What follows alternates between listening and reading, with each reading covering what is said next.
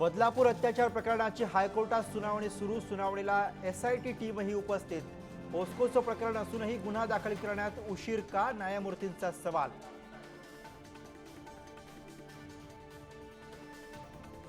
बदलापूरमधील घटनेवरून राहुल गांधींचा संताप। आरोपी विरोधात गुन्ह्याची नोंद करण्यासाठी आंदोलनाची वेळ येणं ही लाजिरवाणी बाब, तर महिला सुरक्षेवरती कठोर पावलं उचलण्याची गरज।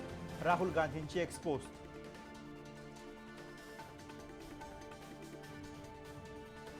नागपूरच्या कामठी शहरामध्ये 8 वर्षांच्या अल्पवयीन मुलीवरती लैंगिक अत्याचार। 50 वर्षीय नराधमाकडनं मुलीवर अत्याचार। आरोपी आदेश वासनिकला कामठी पोलिसांकडनं अटक।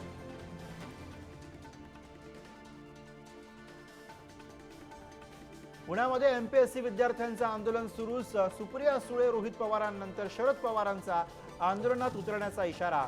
विद्यार्थ्यांच्या मागण्यांवरती अद्याप तोडगा नाहीच।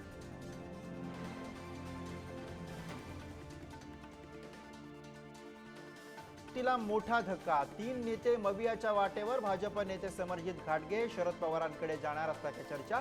भाजपचे जिल्हाध्यक्ष राहुल देसाईंचा राजीनामा, तर अजित पवारांच्या राष्ट्रवादीचे प्रदेश उपाध्यक्ष ए.वाय. पाटील यांचाही राजीनामा।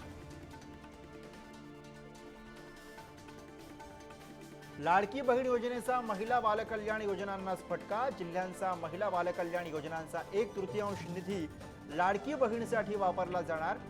डीपीडीसीकडनं महिला बालकल्याणसाठी मिळणाऱ्या निधीमधनं खर्च।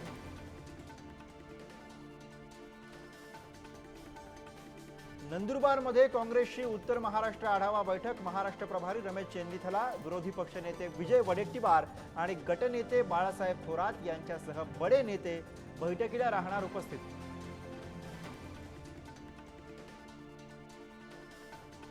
मनसे अध्यक्ष राज ठाकरे गडचिरोली आणि चंद्रपूर दौऱ्यावर। पश्चिम महाराष्ट्र आणि मराठवाडा पिंजून काढल्यानंतर ठाकरेंचं लक्ष विदर्भावर।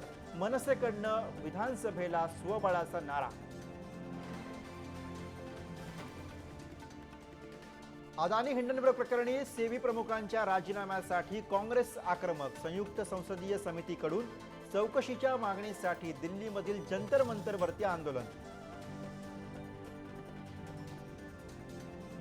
पंतप्रधान मोदींकडनं पोलंडमधील वळिवडे कोल्हापूर कॅम्पच्या स्मारकाला आदरांजली।